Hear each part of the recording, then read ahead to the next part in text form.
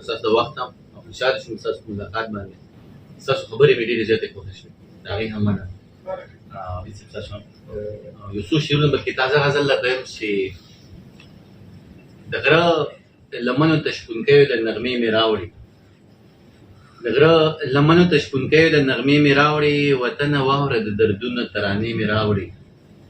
د غره لمنو ته شپونکیو له نغمې مې راوړي، وطنه واوره د دردونو ترانې مې راوړي. او شیخ صاحب د قام په ننګ باندې ولاړ یمه مودې مې وشوې، د قام په ننګ باندې ولاړ یمه مودې مې وشوې، لاسته راوړنه مې هېڅ نشته جنازې مې راوړي. او ستا یعقوبي نظر په بل څه باندې نه خوږېده، ستا یعقوبي نظر په بل څه باندې نه خوږېده. کنعان ته لاړم د ښایسته یوسف جامې مې راوړې، او ورته مې وکتل ور وکتل کتل ور کتل.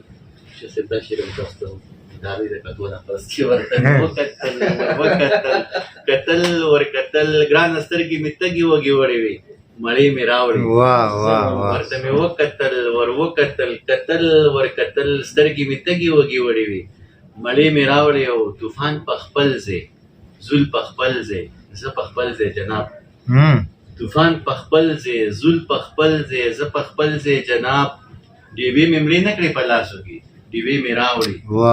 طوفان په خپل ځای زول په خپل ځای زه په خپل ځای جناب، ډیوې مې مړې نه کړې په لاسو کې ډیوې مې راوړې. او د شعر ته ډالۍ چې هلته مې یاده شوې جو یاد مې شو چې یاده دې کړم، هلته مې یاده شوې جو یاد مې شو چې یاده دې کړم، ښار ته په خپل کار باندې تللی وم جوړې مې راوړې. او ورته مې وویل دانشه خفه کېږې به نه، ورته مې وویل دانشه خفه کېږې به نه، بس دی تر دغې مې راوړې شوې او تر دې مې راوړې.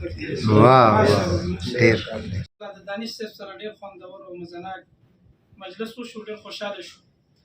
عموما دانش صاحب باندې موږ هم بعضې ردونه کړي دي او نورو ملګرو به هم کړي، خو د نږدې نه چې سړی وګوري او واقعتا د ده نظر او د ده سوچ واخلي نو ډېر یو ښکلې نظریه، ډېر یو ښکلی سوچ دی د ده، او ډېر انابت والا انسان دی، د علماو خاص خادم.